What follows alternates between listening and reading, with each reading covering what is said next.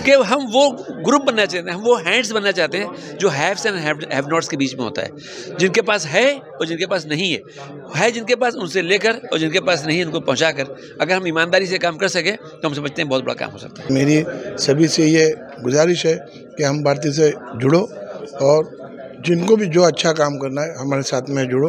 हम एक सिपाही बन के उनके साथ में काम करने को तैयार हैं। कि मीरा भाईंदर के हम सब पड़ोसी हैं एक दूसरे के, तो ठीक है हम पूरे इंडिया की जिम्मेदारी आज नहीं ले रहे हैं, बात नहीं कर रहे हैं, कम से कम तो इतना कर सकते हैं कि मीरा भाईंदर को सुरक्षित और मीरा भाईंदर को बेहतर बनाने का काम करें। ये मिशन से हमने शुरू किया है।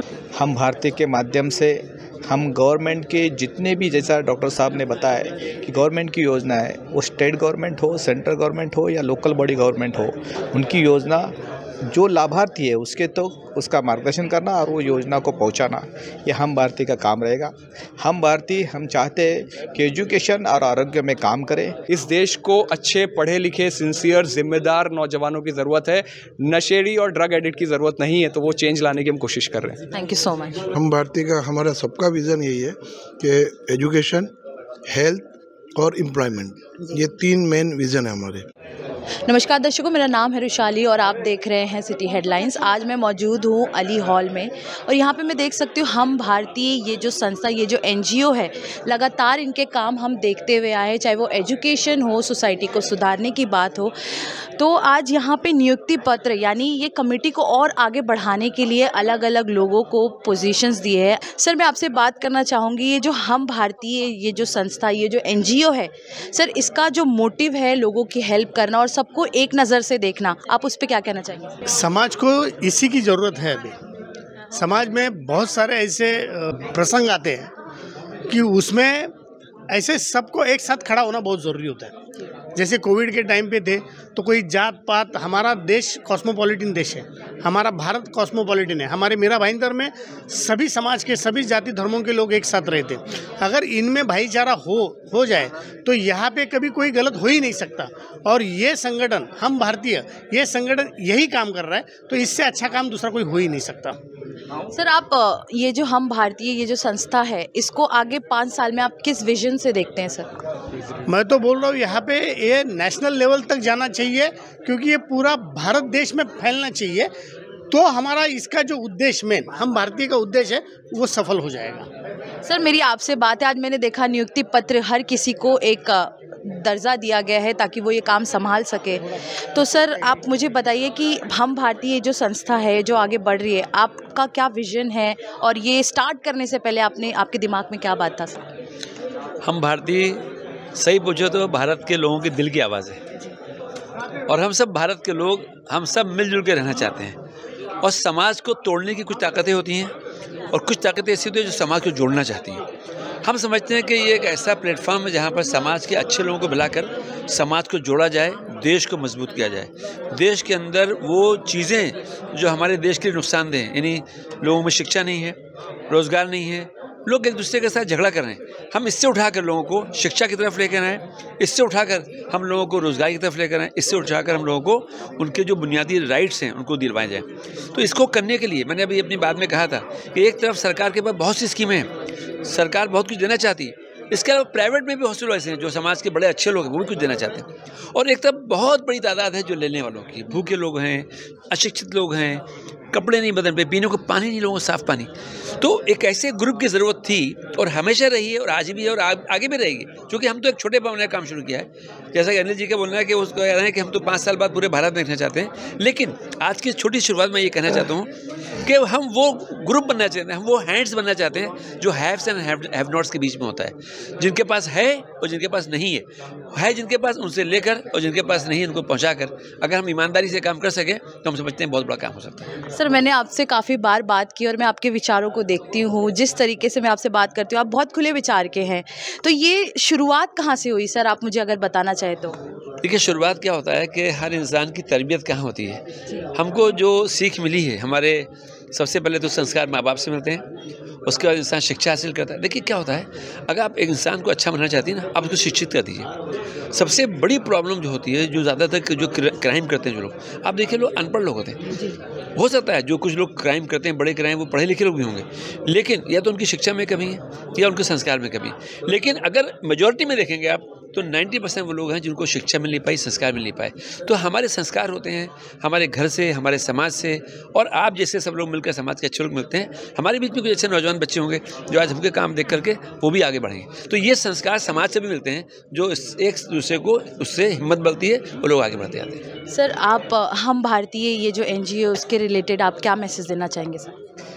हम भारतीय के माध्यम से समाज को भाईचारा निर्माण करने का मैसेज देना चाहता हूँ। मैं ये समझता हूँ कि ये जो पूरा हिंदुस्तान है, भारत है, इंडिया है, ये सेकुलर देश है।